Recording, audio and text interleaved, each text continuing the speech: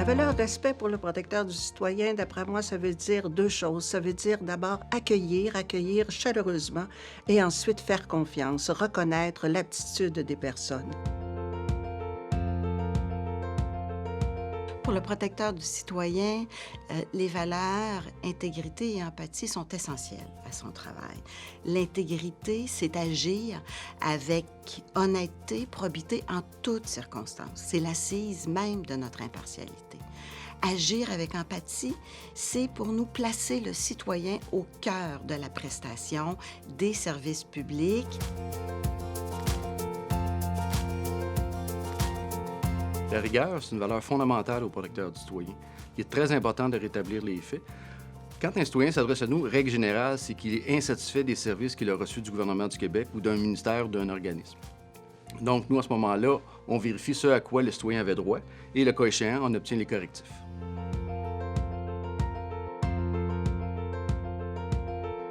L'impartialité et la transparence sont deux des valeurs fondamentales du protecteur du citoyen.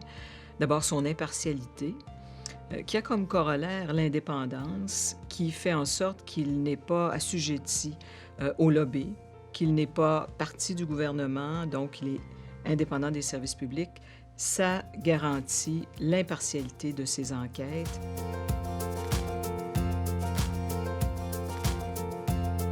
Pour plusieurs personnes, les valeurs de justice et équité, c'est entendu comme traiter tous les citoyens de la même façon. Dans la perspective du protecteur du citoyen, c'est l'exact contraire. Il s'agit de prendre en considération la situation individuelle de chaque citoyen, tenir compte de sa condition socio-économique, de ses handicaps, etc., et de faire en sorte que le service public va lui donner une égalité de bénéfices dans ce qu'il a à offrir.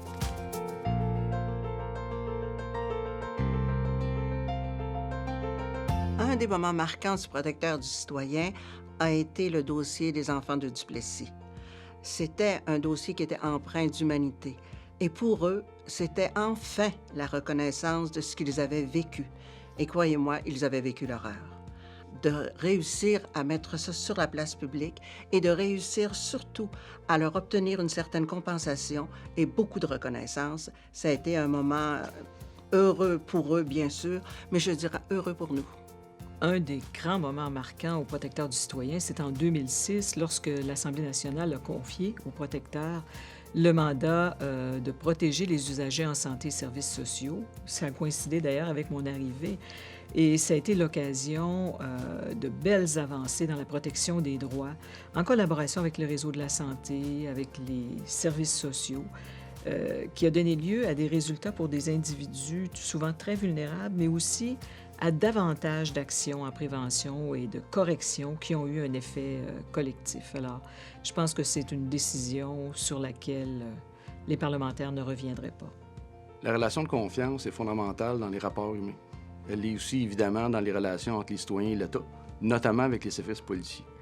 Lorsqu'il y a un événement malheureux qui implique un policier et un citoyen et où le citoyen subit des blessures, il est important que la relation de confiance soit préservée et que le mécanisme d'enquête soit indépendant. Le protecteur du citoyen a fait un rapport spécial à cet effet qui a mené à l'adoption en 2013 de la loi créant le Bureau des enquêtes indépendantes. Un moment marquant pour moi au protecteur du citoyen est la présentation du rapport annuel d'activité aux parlementaires qui m'a permis de constater l'envergure et toute la responsabilité associée à la mission de notre institution.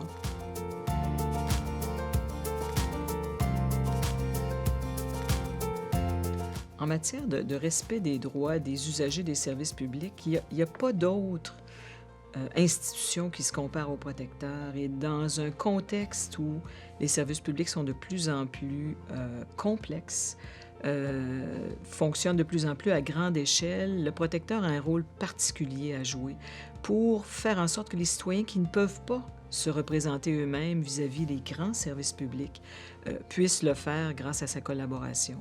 Le rôle du protecteur du citoyen prend toute son importance dans le citoyen lui-même. C'est lui donner une voix, lui donner la parole, lui donner le droit d'exiger des services de qualité. Nous sommes le recours ultime.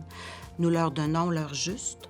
Nous faisons une différence dans leur vie. Et c'est nécessaire d'avoir une personne, un tiers qui a un regard neutre, qui a un regard impartial et qui vient nous dire, attention, dans tel dossier, est-ce que c'est vraiment le service que vous voulez donner aux citoyens? Et je pense que ça prend de l'ouverture d'esprit, mais l'approche du protecteur du citoyen, de façon générale, elle n'est pas agressive, elle est là pour aider les organisations publiques à cheminer positivement. Tous les jours, directement ou par le biais des délégués, j'apprenais des bonnes nouvelles, des réactions de citoyens heureux qu'enfin leur dossier se soit réglé, enfin après de nombreuses étapes, mais aussi des agents des services publics très satisfaits, très fiers d'avoir contribué à ce règlement.